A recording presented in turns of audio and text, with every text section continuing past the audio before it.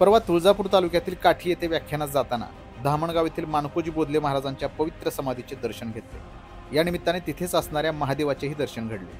काठी धामणगाव रोड खराब असल्याने पोहोचायला थोडा उशीरच झाला।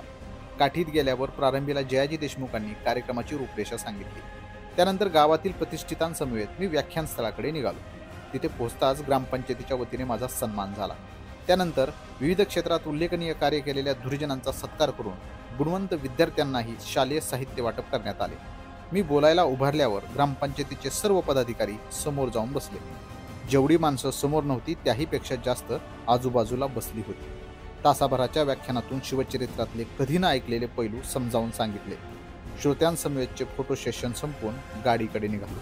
निघताना हा चाहता सेल्फीसाठी धावत पळत आला। त्याची इच्छापूर्ती करून आम्ही कीर्तनाचा प्रसाद ग्रहण केला।